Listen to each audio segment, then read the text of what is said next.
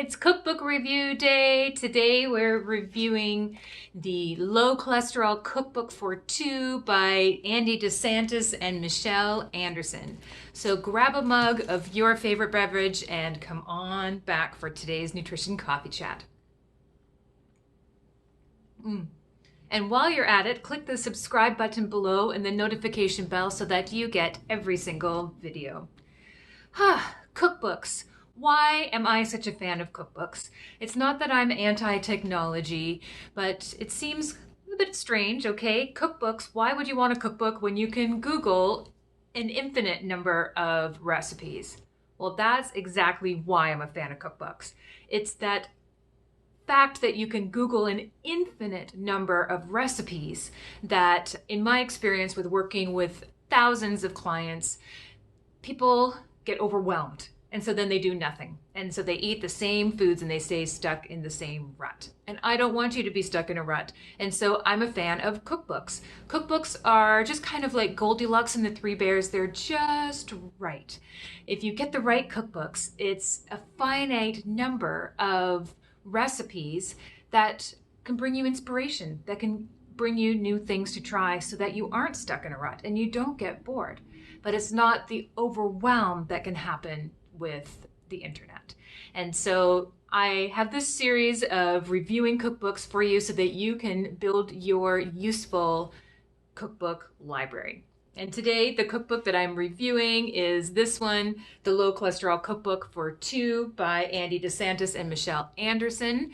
Andy is a fellow dietitian in Canada. I believe he's from back east somewhere. I don't know him personally, but I enjoy his social media. I enjoy following him there. And I reviewed a previous cookbook of his, the 5-ingredient pescatarian cookbook, and I'll include a link to that cookbook review video below. But so I enjoyed the cookbook, and so when I saw that he was letting us know that he had another cookbook coming on out, I went straight over to Amazon and pre-ordered mine, and so I've been so happy that it's arrived, and I've been cooking up a total storm with being in COVID and doing more cooking at home, and hey, got an extra thorough review for you here. So let's dive right in. This cookbook is a straight down to business cookbook. It is soft cover, it's pretty standard paper, and most of the recipes don't have images. This is not a cookbook to sit, on a coffee table and look through and just ooh and ah. No, this is a workhorse type of cookbook. It's for you to get in there, just the facts, ma'am, and do some cooking. And so here's how it's laid out. The book starts with a chapter on nutrition for lowering cholesterol, because there is good news. The way you eat can lower cholesterol. And so Andy does a good job of breaking that information down and then getting into the recipes. And here's how the recipes are ordered. Chapter 2 is breakfast and smoothies. 3, soups, salads, and sides. 4, vegetarian mains. 5, poultry and seafood mains. 6, pork and beef mains. 7, dessert and treats. And 8, sauces, dressings, and staples. So let's dive in. Now, I did review a ton of recipes, so I'm not going to go into in-depth with every single one. It would just be too long a video, and I know that you do not have time for that. So I'm going to quickly run through so that you have a feel of the names of the different recipes that I tried, and then I'll spend more time describing some of the hits and miss recipes in here. Okay, so we'll get right started with breakfast, and my first recipe that I tried is a honey rice pudding. I thought, oh, that's an interesting concept, rice pudding for breakfast. But really what it is a way to make a whole grain cereal. So you might think of oatmeal. Well, you don't have to only have oatmeal. Here's one using brown rice. That was quite tasty. So I really liked that Andy was introducing you to that concept. The second one, I tried a smoothie, cantaloupe and cauliflower smoothie. What? So when I'm picking recipes, I pick recipes either because when I look at it, I thought, oh, yep, that is exactly the type of recipe that I enjoy, the flavor profile that I enjoy, right up my alley. I got to try, make that. And the other reason I try recipes is because the idea of them, when I see them on the page, they kind of blow my mind. They make me go, excuse me, what? And that's why I tried this recipe, cantaloupe and cauliflower smoothies. Because cantaloupe, I mean, I'll eat it if someone serves it, but it's not usually one of my go-to fruits. And then cauliflower in a smoothie kind of made me pause. And so I gave this one a try and it worked. It was quite a nice smoothie. And something that I like about it is that it has the vegetable in there. Because oftentimes people, what I see a lot of clients do is they use a lot of fruit in a smoothie. So they're spiking their blood sugar too high and then they're hungry again an hour later. And so you want some of the creaminess in a smoothie and you want good flavor. It's a great way to get some vegetables in so that you're getting the antioxidants in that from the produce, but you're not getting so much of a blood sugar spike. So when I saw a recipe here that included cauliflower as the vegetable, it piqued my curiosity and it was good. Okay, moving along, curried cauliflower lentil soup. Yum. Again, right up my alley there. So if you like curries, this is going to be a good one for you. And it's also a good recipe if you're newer to lentils and beans. And that was a real strength that I saw with this cookbook. A lot of great entryway, kind of beginner recipes for lentils and beans. So maybe you've heard that they're good to eat, you're trying to be more plant-based, or you've been told you've got high cholesterol, you need to be eating less red meat, eating more beans and lentils. And you're like, well, I eat the odd chili, but otherwise, this is a good cookbook for bean and lentil recipes. And here's an example of that, the curried cauliflower and lentil soup. Lots of flavor, good one. Minestrone Florentine soup. This was one of my favorite recipes in the book. I love spinach and I love a minestrone soup, and I never thought to put them together, and it totally worked. And this one has cannellini beans in there. So again, an interesting way to include beans if you're new to the concept of eating beans. Also, what I liked about it is that now this one called for fresh baby spinach, but I made it during COVID and there wasn't any spinach around well, there was some spinach, but it was looking not worth buying when I was doing the grocery shop for this. And again, during COVID, was not going to go to other grocery stores in order to find fresh spinach that looked good. But the store I was in had that frozen block of spinach. Like not even the nice new way that frozen greens are happening in the stand-up bags that it can reseal.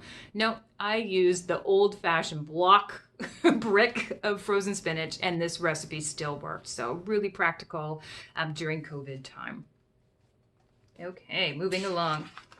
Market vegetable and barley soup, good one. Tunisian spiced carrots, yum. So again, if you're always eating vegetables the same way, or often when I'm talking to clients and I'm like, I want you to eat more vegetables, and they ask me, well, how do you make vegetables taste good? I would give them this recipe. It's a tasty recipe for carrots, and then a little something different, so quite like that one. Piquant navy beans, again, nice bean recipe, lots of great flavors happening there. Lime Brussels sprouts. This was one of those recipes that piqued my curiosity. I love lime, I like Brussels sprouts. Would they work together, those two flavors? The answer is yes. Yep, lime Brussels sprouts work. Okay, moving along, hearty vegetable stew. Quite liked this one, although it was called a vegetarian main, and yet there was only 1 cup of black beans for a serving for 2. And so this was something I did notice through the vegetarian dishes here, that little light on the protein. When I'm working with clients, I would recommend 1 cup of beans per person. So simple adaptation, you just double the beans for this recipe, still totally worked, but you'll get more satiety through there, higher fiber and higher protein requirements, meeting higher protein levels by doubling the beans up there. So that's something that I would change up for this recipe, but otherwise totally worked.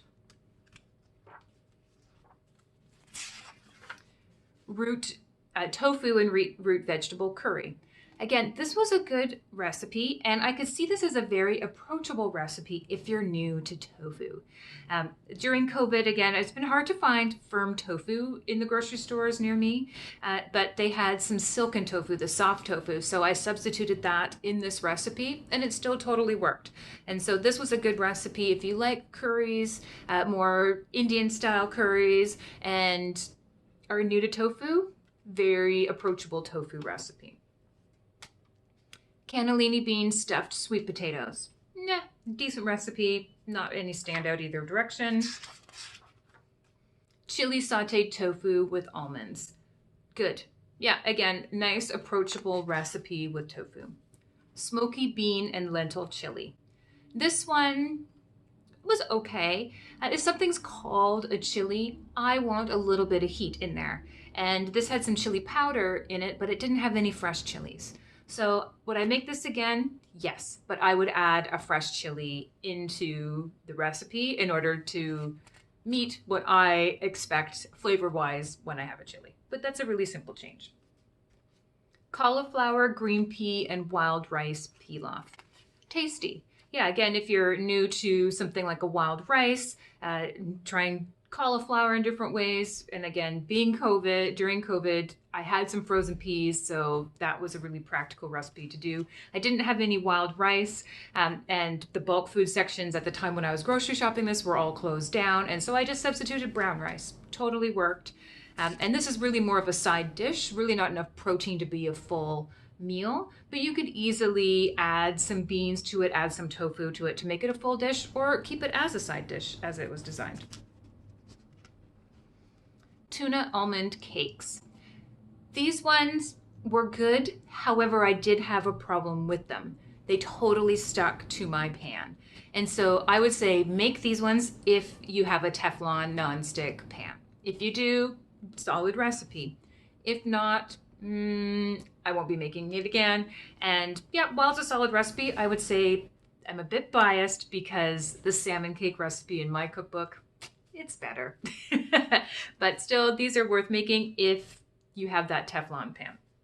Otherwise, you have the disappointment like me where you're got kind of half of the tuna cake on your plate and the other half is still stuck to the pan. You're trying to scrape it off, and then it's a bit of a nightmare to clean up. So yeah, wouldn't recommend it if like me, you don't have a Teflon pan.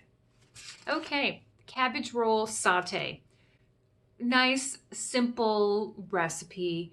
And again, if you're more of a meat eater, kind of meat and potatoes person, and you're really trying to incorporate whole grains, vegetables, and looking for some approachable recipe ideas, this was a good one. Now, when I tried this, again, it was right when the COVID and kind of people were panicking and overbuying of foods and doing some stockpiling in their homes. And so there were no types of ground meat in my grocery store. There was no ground beef, there was no ground pork, there was no ground chicken, there was no ground turkey, nothing.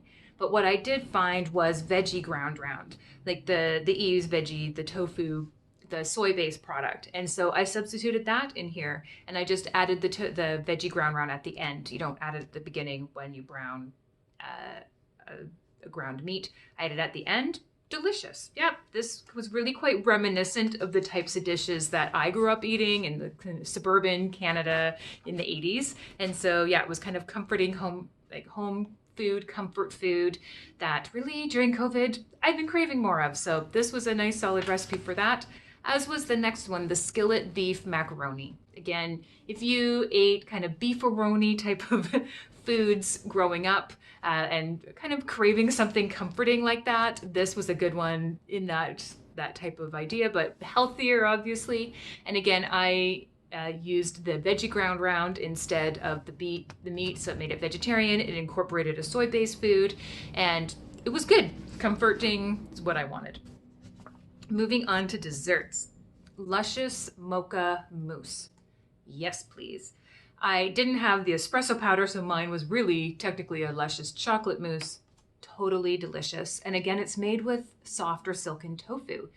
And so if you're new to tofu and you're not a fan of it, this would be a great way to have it and have a treat. So I'll do definitely using this technique again. Thank you, Andy, for this recipe. I would say this was my favorite recipe of the whole cookbook. I'll be making it a few more times here during COVID. And then the last one I tried was the sweet potato and chocolate muffins.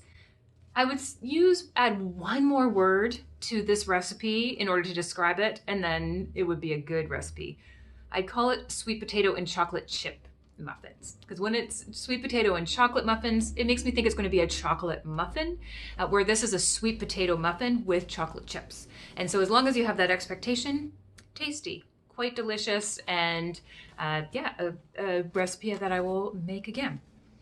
So overall, this cookbook, I would say, do I recommend it for you? It depends. Depends on who you are. So if foods that you are often eating, the types of things that you would say, oh yeah, I had that today, I had that yesterday, I had that last week, would be things like pho, poke, avocado toast, Buddha bowls, then this cookbook, not for you. I'd pass on it, and I would recommend some of the other cookbooks that I've reviewed lately, things like Eat More Plants by Desiree Nielsen, or The Mindful Glow by Abby Sharp, as two examples, and I'll include links to those cookbook reviews below. But if you are someone who is more of a meat and potato eater, and you've been told you have high cholesterol, and you need to be eating less meat and eating more things like beans and lentils, tofu, vegetables, higher fiber, and there are things that are not in your repertoire, like you're more of a toast for breakfast, sandwich for lunch, meat, potatoes, 2 veg at dinner type of person, and you're thinking, okay, I need a change and I need an entryway into this change of my eating habits, this is a great cookbook. It's a great starter, approachable, doable cookbook with flavor profiles that you will recognize. And so this is a great cookbook if that describes you. And I do have a link to it below. If you purchase using that link, I get a tiny little bit of money from that at no extra expense to you. And so that is an option there. And hey, if you consider using that option, that's a great way to say thank you to me for sharing this video with you. Otherwise, you can pop on down to, you can give a call or go to the website of your local bookstore and see if they're doing delivery during this time of COVID. That's this cookbook review. As I said, I will have links below to other cookbooks, the link below to the purchase link so that you can make it really easy and just keep in action here. Okay, and for other cookbook reviews, use the boxes here. If you like today's video, please let me know. Give the thumbs up, subscribe, ring the notification bell so that you never miss a video. Hang in there this week, and I'll see you next Thursday morning.